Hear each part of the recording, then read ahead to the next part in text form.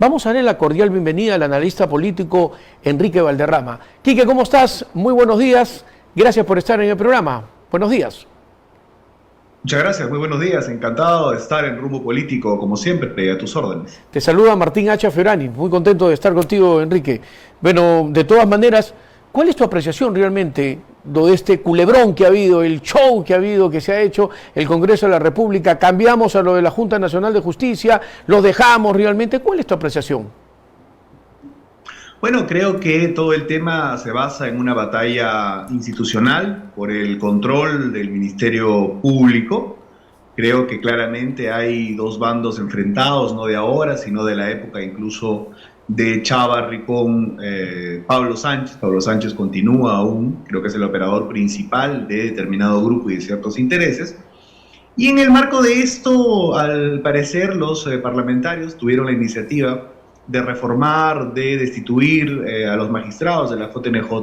Creo que la JNJ en realidad debería refundarse. Creo que su mismo nacimiento vino marcado con el ADN vizcarrista, que era un instrumento para sus intereses. Pero como hemos visto, ha primado en el caso de Acuña fundamentalmente y también de los fujimoristas cierto temor y les han dado oxígeno hasta marzo. Creo que es un error y esto es aparte del tema de la necesaria investigación que debe haber en el caso de la fiscal Benavides. Creo que los chats, creo que el tema del asesor que ahora es colaborador eficaz es un asunto grave y que tiene que investigarse. No creo que haya sido la manera como lo ha hecho la Junta Nacional de Justicia, creo que han violado el debido proceso, pero sin duda, Benavides está en un grave entredicho, ¿no? Efectivamente, hablando de esto de la fiscal Benavides, ¿tú crees que está bien suspendida la fiscal realmente? No, mira, esto lo ha explicado un profesor universitario, penalista, fue mi profesor en la Católica, apellidado Meini, en RPP, 2 días antes justamente, ¿no? Y él justo no es del sector, digamos, anti Pablo Sánchez, ni pro Benavides, ¿no? Es más bien todo lo contrario. Y él decía que si se imputan delitos, lo que correspondía era que el Congreso fuera el que vea el caso de la fiscal Benavides. Y si fuera una falta disciplinaria, el caso lo debería ver la JNJ, pero en este caso no se trata de una falta disciplinaria. Por lo tanto, y tampoco la Junta de Fiscales tiene la atribución para destituirla. Por lo tanto, de acuerdo al análisis jurídico que él hacía, del cual coincido, este tema le correspondía al Congreso o en todo caso iniciar un proceso, pero un proceso que te tomaba por lo menos 60 días hábiles. Creo que por más culpabilidad que podamos presumir que existe o no, todos tienen derecho a un debido proceso y en este caso, sobre todo en un funcionario aforado, no han procedido bien suspendiéndola en 24 horas, ¿no? Me parece un exceso. Eso ha sido prácticamente express, ¿no? O sea, es una suspensión express inmediatamente, ¿no? Yo creo que ha debido tomar su tiempo realmente, la JNJ ha debido tomarlo esto con cautela, con tranquilidad, y todavía tenemos que ver, porque no hay una responsabilidad hasta que no estén las pruebas contundentes. Todo el mundo se habla, se dice, ¿no? Es cuando lanzan una información sin confirmar, de repente, ¿no? Hablan sin confirmar. Yo detecto algunos comportamientos que me llamaron la atención, que no me parecen adecuados. Creo que el trabajo tanto de Vela como de Marita Barreto no era el adecuado. Creo que evidentemente estaban pasibles a ser removidos. En el caso de Vela fue el control interno, pero en el caso de Barreto fue la misma Benavides a las 3 de la mañana. Eso ensombrece un poco las cosas, ¿no? Creo que no había necesidad de eso. Y en segundo lugar, luego que se conoce este procedimiento que le iba a iniciar la JNJ, aparece denunciando a la presidente Boluarte y al primer ministro Tarola, que para mí, tú lo sabes, lo hemos dicho muchas veces aquí, son unos ineficientes, pero eso no quita la extrañeza con la cual Benavides haya pedido 8 meses más de plazo para investigar días antes y luego los acusa apenas sabe de este proceso. Ese comportamiento un tanto político de parte de la fiscal creo que también le ha jugado muy en contra, ¿no? Bastante, totalmente. No era necesario realmente sacarla, pues, a Marita Barreto. Absurdo. No, la debe de continuar, que la deje ahí. Se ha hecho problemas por las puras. Yo creo que sí, con la acusación a Boluarte y a Otárola aún más, porque politiza todo, ¿no? O sea, creo que eso no era sensato, ¿no? Politiza todo como el Congreso de la República, ¿no? Tu apreciación. los congresistas ya tienen en estos momentos ya 43.000 soles solamente de este mes de diciembre, mientras el ciudadano de a pie, mientras el peruano, que estamos en una recesión totalmente, no vamos a tener el gran jugoso aguinaldo que han tenido pues los congresistas. Se han llevado más de 43.000 soles. Imagínate que en esta Navidad es muy triste realmente para miles, millones de peruanos, porque la economía, según el gobierno dice que estamos bien, pero estamos totalmente en una recesión. Se siente, si antes te compraban 10 juguetes, ahora solamente, pues el año pasado te compraban 10, ahora solamente han podido comprar hasta 4 o 5, y se está quedando la mercadería, se está tratando de remeter no solamente Mesa Redonda, Gamarra, y mucha gente sale a la calle a ver simplemente las cosas, si no hay dinero para poder comprar. ¿Tú crees que era el momento preciso para que el Congreso de la República, los congresistas, reciban realmente esta cantidad, o esa cifra exorbitaria de 43.000 soles por Navidad? Yo creo que el Congreso está teniendo una actitud similar a la que le acusaban a María Antonieta en el umbral de la Revolución Francesa, ¿no? Una frivolidad terrible. Creo que no se dan cuenta que la calle rechaza en general ahora a los representantes políticos que tenemos, tanto en el Ejecutivo, es cierto, pero principalmente también en el Parlamento, que tiene 5% de aprobación. No darse cuenta de esa realidad y aprobar esta cantidad exagerada de bonos me parece un acto torpe que solamente conduce a la mala fama de la democracia en general. Creo que eso al final lo podemos terminar pagando todos, porque si esta situación sigue así, los parlamentarios siguen sin legislar a favor de las mayorías nacionales y siguen en la frivolidad, lo que va a salir de las urnas en abril del 2026 va a ser una opción absolutamente populista, o de extrema izquierda o de extrema derecha, tranquilamente. Bueno, si habrá 2026, yo creo que va todo esto, va a haber mucha sorpresa de repente el 2024 y se adelantan las elecciones. Pero, ¿tú estás de acuerdo realmente en lo que ha sacado el Congreso de la República, que el tema de los partidos políticos ahora ya no existen las primarias? Cuando realmente yo de repente quiero que Pepito, como soy el buen amigo, el buen vecino, y Pepito trabaja muy bien y milita en un partido, yo puedo ir a votar realmente en las primarias por Pepito. Eso ya no existe. Ahora dice un militante, un voto.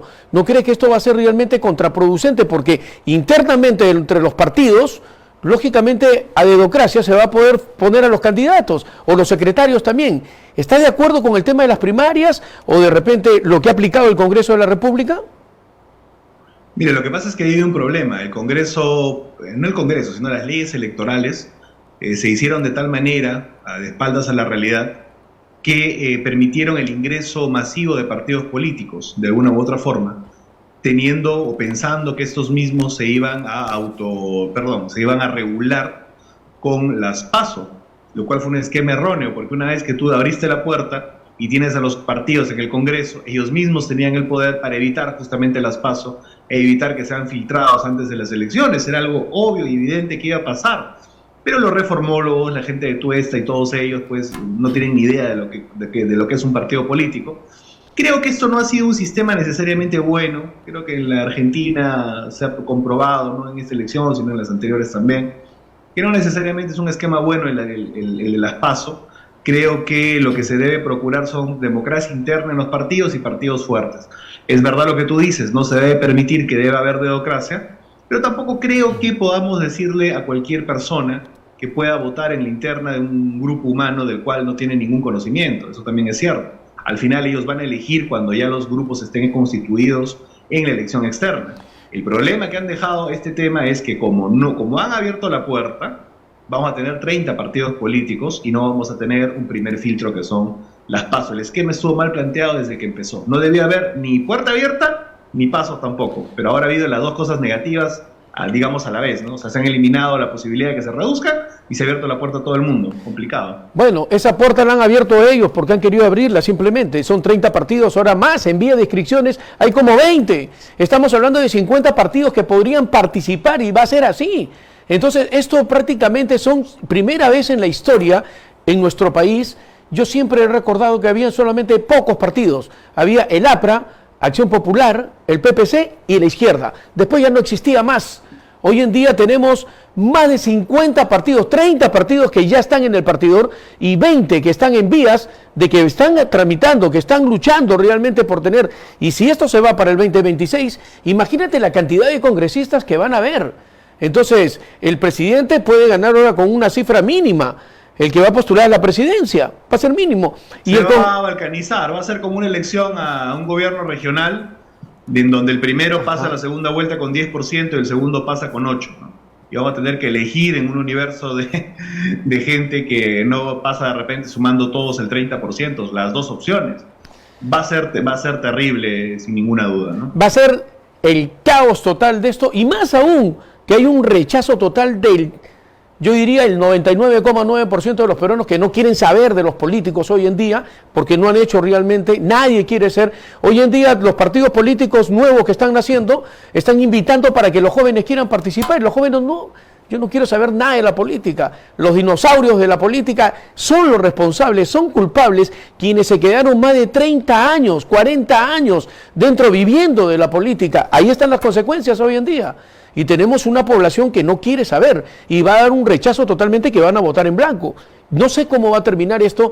Imagínate que llegaran pues a 50 partidos. Dios mío, que nos agarre confesados. Sería una crisis total, porque va a entrar el que usted no se esperaba realmente, ¿no? De repente... Claro, va a haber, ten en cuenta que va a haber la valla del 5%, la mayoría van a quedar fuera. Pero sin duda eso podría significar la presencia de 12 grupos parlamentarios, 13 grupos parlamentarios, lo cual es una locura también, ¿no? Es una locura. Yo creo que debería haber en el Parlamento máximo 4 o 5 grupos parlamentarios, lo mínimo, para garantizar la posibilidad de consensos mínimos. Hoy día, por ejemplo, entraron, me parece, 8 grupos parlamentarios y se han dividido, y ahora hay como 13, 14 grupos. Es una verdad que un consenso alrededor de eso es casi imposible, ¿no? Por lo tanto, creo que lo que hay que tratar de plasmar o dar a entender a la gente es que se necesita una propuesta o propuestas de voceros, de gente nueva, joven, que pueda ser representante política ahora, para que trate de romper de una u otra manera este círculo vicioso al que, como tú dices, nos ha conducido en parte también la campaña de la antipolítica, primero con Fujimori y luego con Vizcarra, pero también la responsabilidad de aquellos representantes de partidos políticos que pensaron que eran eternos, justamente, ¿no? ¿Tú crees que Keiko ya no debería participar más en las elecciones? Creo que de repente ya llegó a su techo. Estamos hablando, si comparamos, creo que ella sería pues la hija adoptiva de Lourdes Flores Nano. Lourdes, ¿cuántas campañas tuvo realmente y no llegó pues nunca? Era candidata preferida. Cuando le faltaba realmente ya para ser presidenta, bueno, tuvo diferentes dificultades y ahí pierde todas las elecciones. Keiko va por ese camino también. ¿Tú crees que volvería a participar en nuevas elecciones? Bueno, en stricto sensu, Lourdes postuló a 2 presidencias y perdió las 2 y no pasó segunda vuelta. Keiko postuló a 3 elecciones, perdió las 3 en la segunda vuelta. Creo que el asesor era Carlos Raffo, ¿no? Que parece que es una máquina de perder segundas vueltas. Pero creo que para los efectos del fujimorismo, para los beneficios del fujimorismo, si ellos lo analizasen así, creo que les convendría más bien lanzar una figura independiente y más bien hacer que Keiko pueda trabajar políticamente desde el Parlamento. Eso sería lo inteligente, que encabece la lista de senadores o la lista de diputados, si es que hay bicameralidad, que parece que va a haber, y no ser candidata a la presidencia. Una cuarta derrota consecutiva creo que sería un golpe muy duro para ellos. En general, los que estamos en otra vereda, creo que no nos incomoda si es que Keiko se lanza de nuevo, ¿no? Porque creo que va a reducir aún más su porcentaje. Y si hablamos de la vereda de al frente realmente, de la avenida Alfonso Ugarte, ¿el APRA quién sería el candidato realmente a la presidencia? En el caso del APRA, lógicamente, vamos a tener seguramente pronto un reordenamiento interno con un Congreso Nacional del partido, y luego del Congreso, sin duda, va a salir una posición respecto a la presidencia, ¿no? Creo que en el caso del partido, para nosotros siempre es importante primero ordenarnos orgánicamente antes de pensar en una candidatura presidencial. Eso lo vamos a hacer pronto, y estoy seguro que inmediatamente tendremos noticias sobre algunos liderazgos que van a disputar una interna. Vamos a tener una interna seguramente, pero en el caso nuestro, luego de la interna, todos estamos detrás de una sola idea, ¿no? ¿Pero en esta interna van a participar nuevos rostros de la política o van a ser los mismos de toda la vida? Estoy seguro que sí. Yo te podría garantizar prácticamente que ningún ex parlamentario va a ser candidato a precandidato presidencial. No lo creo, no lo creo. Pero esperemos así, porque realmente hoy en día queremos ver nuevos rostros de la política. La política realmente es tan importante, la política también ayuda bastante, pero cuando vemos realmente que la política cambia de una u otra manera y hay intereses que quieren seguir quedándose los mismos de toda la vida, lógicamente se malogra la política también, ¿no? Entonces, es momento de que puedan abrir una puerta a todos los partidos políticos y traer a los jóvenes. Hay jóvenes que son brillantes, que son extraordinarios, que son excelentes, que tienen pues una hoja de vida intachable, pero no le dan la oportunidad, no se le da. Te cuento brevemente una microanécdota. Me pidieron que fuera padrino de un salón del COAR, del Colegio de Alto Rendimiento, y realmente chicos muy, muy brillantes. Y yo decía, ¿cómo nosotros en la política no tenemos la capacidad el día de hoy de atraer a la gente más talentosa? Lamentablemente, la gente que ha estado tantos años en la política la ha reducido de tal manera que no estamos atrayendo ahora a los mejores. Y esa es la verdad, tenemos que hacer una autocrítica. Tenemos que empezar a plantear cuestiones diferentes para empezar a atraer a la juventud más talentosa, más estudiosa, más destacada, para darle al Perú realmente una clase dirigencial como se merece y no lo que tenemos ahora. Mira, Acuña es un mercader de la política prácticamente, y así varios, Luna también. Entonces, creo que nosotros necesitamos sin duda cambiar, volver a ideologizar, volver a predicar, volver a la mística, volver al sacrificio, volver al ejemplo moral. Creo que eso es algo ineludible, y ojalá que el 2024, con renovación y con juventud, diferentes tiendas políticas se emprenden este camino. Es importante realmente el diálogo, ¿no? Y que se den cuenta los partidos políticos que tenemos que apostar por algo. El tema de la educación. Primero está la educación, segundo la educación y tercero la educación. Primero tenemos que apostar por la educación. Sin educación no podemos hacer nada. Un país con cultura, un país educado, es difícil que pueda ser engañado. Pero un país que no tiene cultura, que no tiene educación, es fácil que lo puedan engañar. Pero felizmente y gracias a Dios, hoy en día, este aparatito que existe, que es el Internet, las redes sociales, los jóvenes hoy en día investigan, saben más, se dan cuenta realmente de lo que está pasando y se han convertido realmente en un alto rendimiento y preguntan continuamente sobre el tema de la política. Es ahí donde tenemos que rescatarlos para que puedan participar en cualquier partido político y que de una vez tengan su ideología y que tengan realmente una doctrina para que ellos puedan ser los nuevos líderes, los nuevos rostros de que el Perú necesita. Totalmente de acuerdo. Y yo te digo una cosa, la política tiene que volver a hablar de lo social. Mucho estamos hablando de la Fiscalía, de la Junta Nacional de Justicia, de la bicameralidad. ¿Y dónde están los problemas del crecimiento económico, de la pobreza, del hambre, del agua, de la falta de electrificación que todavía subsiste, de la agricultura, de la pesca artesanal? Nadie habla de los problemas realmente sociales de la gente. Y algunos dirán, bueno, yo no llevo fin de mes, ¿de mí qué me importa la fiscal Benavides, los magistrados de la JNJ? Si tengo una deuda impaga o que me pueden quitar la casa, no tengo cómo pagar el alquiler o no tengo cómo pagar el colegio de mis hijos. Yo creo que la política tiene que volver a hablar de los temas sociales, o si no, va a venir una propuesta, yo te digo, radical, que no cree en la democracia, que diga voy a fusilar a los corruptos, a los delincuentes, voy a expulsar a los venezolanos, voy a cerrar el Congreso, y la gente va a votar.